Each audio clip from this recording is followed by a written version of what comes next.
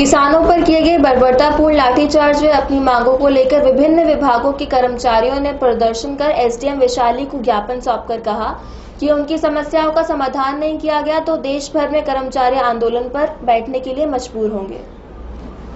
India state government employees federation के राष्ट्रीय अध्यक्ष एवं सर्व कर्मचारी संघ हरियाणा के प्रदेशाध्यक्ष सुभाष लांबा ने कहा कि all India state government employees federation जनता की कड़ी मेहनत व टैक्स पेयर्स के पैसों से खड़े किए गए सार्वजनिक क्षेत्रों को किसी भी कीमत पर बिकने नहीं देगी। उन्होंने कहा कि अब केंद्र सरकार ने आधिकारिक तौर पर सार्वजनिक क्षेत्र को बेचने की घोषणा कर दी है। यह पूरी तरह निजीकरण है जिसको बर्दाश्त नहीं किया जा सकता है। उन्होंने कहा कि एक तरफ केंद्र सरकार बड़े कॉरपोरेट घरानों के लाखों करोड़ों रुपए टैक्स माफ कर रही है और दूसरी तरफ सार्वजनिक क्षेत्रों की संपत्तियों को निजी हाथों में सौंपकर 60,000 करोड़ रुपए कमाने का ऐलान किया है। इससे केंद्र सरकार की कॉरपोरेट प्रस्थ नीतियां बिल्कुल स्पष्ट होती हैं। उन्होंने कहा कि केंद्र सरकार के इस फैसले से रोजगार के अवसर समाप्त होंगे और जन सुविधाएं आम आदमी की पहुंच से बाहर हो जाएंगी। उन्होंने कहा कि केंद्र सरकार का यह फैसला दैनिक खर्च को पूरा करने के लिए पारिवारिक गहने बेचना जैसा है। पुरखों द्वारा खड़े किए गए ढांचे को निजी हाथों में सौंपकर संपत्ति अर्जित करना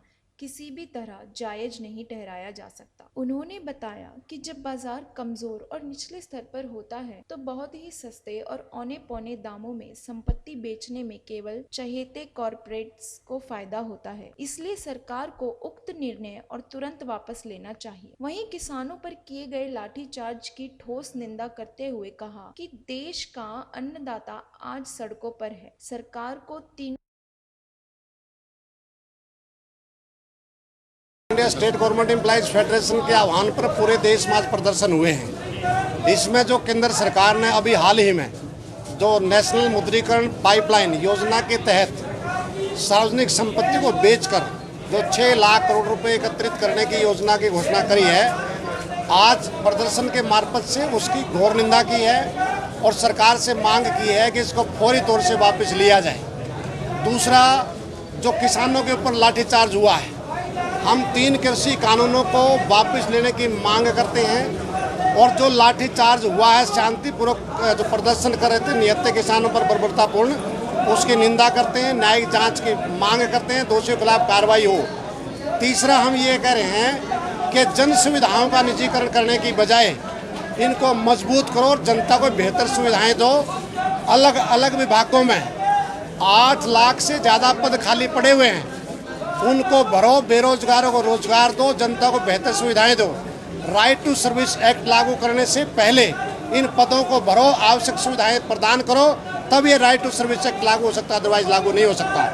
चौथा, जो ठेकेदारी प्रथा है उसको खत्म किया जाए, लेकिन सरकार खत्म करने के नाम पर एक नई कंपनी रजिस्ट्रेशन करा रहे हैं जिसका काम ही ठेके पर कर्मचारियों को भर्ती करना है।